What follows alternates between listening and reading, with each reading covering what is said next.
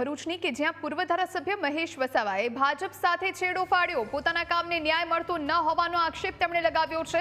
મહેશ વસાવા ડેડિયાપાડાના ધારાસભ્ય રહી ચૂક્યા છે। છોટુ વસાવાના પુત્ર છે મહેશ વસાવા। આદિવાસી સમાજના અગ્રણી હોવાનું પણ કહેવાઈ રહ્યું છે, પરંતુ મહેશ વસાવા કે જેમણે હવે ભાજપ સાથે છેડો ફાડ્યો છે, પૂર્વ ધારાસભ્ય મહેશ વસાવાએ ભાજપ સાથે છેડો ફાડ્યો છે। પોતાના કામને ન્યાય નથી મળતો। તેમણે ઘણી વખત આદિવાસીઓના હિતમાં વાત કરી છે, સરકાર સુધી પત્ર મારફતે પોતાની વાત પહોંચાડી છે, આદિવાસીઓના વિકાસ માટે વાત કરી છે, પરંતુ હવે તેમને લાગી રહ્યું છે કે તેમનો અવાજ સરકાર નથી સાંભળતી અને એટલા જ કારણે તેમણે ભાજપ સાથે છેડો ફાડ્યો। આપણી સાથે સંવાદદાતા જય ફોન લાઈન પર જોડાયા છે। જય, મહેશ વસાવા કે જેમણે ભાજપ સાથે છેડો ફાડ્યો છે, કારણ શું? સૌથી પહેલા તો જો ઝઘડિયાના ધારાસભ્ય છોટુ વસાવાના પુત્ર મહેશ વસાવા છે, તો તેમણે તાજેતરમાં તેઓ ભારતીય જનતા પાર્ટીમાં જોડાયા હતા, પરંતુ હાલ તેઓએ છે કે ભારતીય જનતા પાર્ટી સાથે છેડો ફાડ્યો છે અને આજે જે આંબેડકર જયંતિ છે તે નિમિત્તે તેઓએ ભાજપના પ્રાથમિક જે સભ્ય પદ છે તેના પરથી જે રાજીનામું આપી દીધું છે અને આ રાજીનામું CR પાટીલને મોકલ્યું હોવાનું હાલ જાણવા મળ્યું છે। તેઓએ રાજીનામામાં જણાવ્યું છે કે જે ગરીબ અને પીછડા વર્ગની સાથે ભારતીય જનતા પાર્ટી કામ નથી કરી રહી અને RSS અને બીજેપીના જે વિચાર છે તેને તેઓ ખતમ કરવા માટે લડશે તેવું તેઓએ તેમના રાજીનામામાં હાલ પૂરતું જણાવ્યું છે।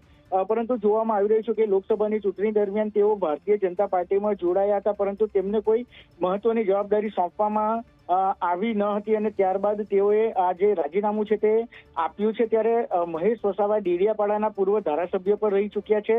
હાલ ડેડિયાપાડાના ધારાસભ્ય ચૈતર વસાવા છે। મહેશ વસાવા પોતાનું જે સંગઠન છે ભારતીય ટાઈગર સેના તે સહિતના સંગઠનો પણ ચલાવે છે અને આદિવાસી સમાજમાં ખૂબ જ સક્રિય છે, પરંતુ ભારતીય જનતા પાર્ટીમાં યોગ્ય સ્થાન ન મળતા તેઓએ રાજીનામું આપ્યું હોવાનું ચર્ચાઈ રહ્યું છે। જોઈએ જય, ઘણી વખત એવું બન્યું છે કે આદિવાસીના હિતના પ્રશ્નો હંમેશા તે ઉઠાવતા રહ્યા છે।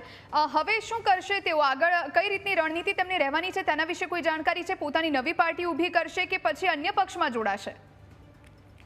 જો મહેશ વસાવાની વાત કરવામાં આવે તો છોટુ જે વસાવા છે તો તેઓ જે ભારતીય આદિવાસી પાર્ટી છે તો તેની સાથે જોડાયેલા છે, તો બની શકે કે તેમના પિતા સાથે ફરીથી તેઓ સક્રિય થાય અને આદિવાસીઓની જે લડત છે તેને વધુ મજબૂત કરવા તેઓ જે ભારતીય આદિવાસી પાર્ટી અને સાથે તેમનું ભારતીય ભીલિસ્તાન ટાઈગર સેના કરીને જે સંગઠન ચાલે છે તો તેને વધુ મજબૂત બનાવે તેવું હાલ પૂરતું દેખાઈ રહ્યું છે।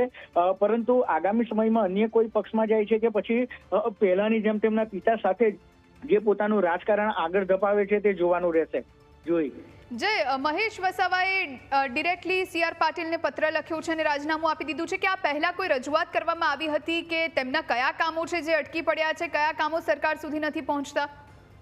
જોઈ અત્યાર સુધી મહેશ વસાવાની નારાજગી હતી તે સામે તો આવી ન હતી, પરંતુ ચોક્કસ જ આજે જે બાબા સાહેબ આંબેડકરની જન્મ જયંતિ છે અને સંવિધાન ના દિવસ તરીકે પણ ઓળખવામાં આવે છે, ત્યારે સંવિધાનની રક્ષા માટે તેઓએ જે રાજીનામું આપ્યું હોવાનું તેઓ કહી રહ્યા છે। એમાં જણાવવામાં પણ આવ્યું છે કે આ જે જન્મ દિવસ છે તો ભારતના પવિત્ર સંવિધાન જે લખવાવાળા બાબા સાહેબ આંબેડકર છે તો તેમના જે સિદ્ધાંતો હતા તેમનું ભારતીય જનતા પાર્ટી પાલન નથી કરી રહી, તેના કારણે તેઓ રાજીનામું આપી રહ્યા છે તેવું કહેવામાં આવી રહ્યું છે, પરંતુ આ અગાઉ તેઓની નારાજગી ક્યારે પણ જોવામાં નથી આવી। જય, પિતા છોટુ વસાવા સાથે તો જઈ શકે, પરંતુ કોંગ્રેસ કે પછી આમ આદમી પાર્ટીમાં સામેલ થવાની પણ કોઈ સંભાવના ખરી?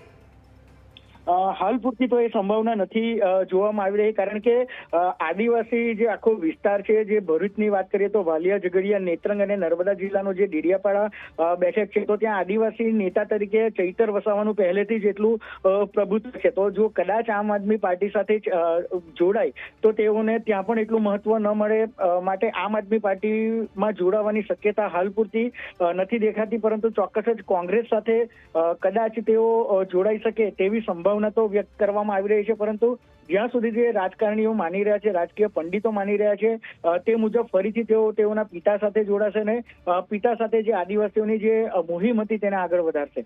જ્યારે મહેશ વસાવાએ પિતા છોટુ વસાવા સાથે છેડો ફાડ્યો હતો અને ત્યારે છોટુ વસાવા નારાજ થયા હતા કારણ કે તેઓ ભાજપમાં સામેલ થયા હતા અને ઘણી વખત એમના નિવેદન સામે આવી ચૂક્યા છે, બાપ દીકરા વચ્ચેની ખટરાક જે હતી એ સામે આવી ચૂકી છે, ત્યારે હવે શું છોટુ વસાવા મહેશ વસાવાને જો સામે જાય છે તો અપનાવી લેશે?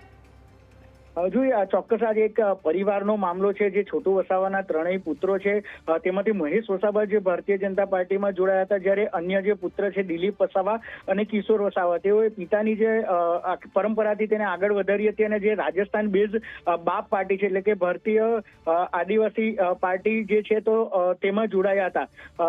નોંધવાનું એ રહે કે જ્યારે ચૂંટણી વખતે મહેશ વસાવા ભારતીય જનતા પાર્ટીમાં જોડાયા હતા ત્યારે તેઓની જે ભારતીય ટ્રાઇબલ પાર્ટી હતી તેના સંસ્થાપક છોટુભાઈ વસાવા હતા, તો તેમાંથી પણ તેમને હટાવી દેવામાં આવ્યા હતા. પરંતુ આ જે પારિવારિક મામલો છે તો મને લાગે છે ત્યાં સુધી આ જે વસ્તુ છે તે પરિવારમાં સમેટાઈ જશે અને ફરીથી મહેશ વસાવા છોટુ વસાવા સાથે જોડાઈ અને આગળની જે રણનીતિ છે તે નક્કી કરશે. જોઈ આભાર આપનો તમામ જાણકારી આપવા માટે.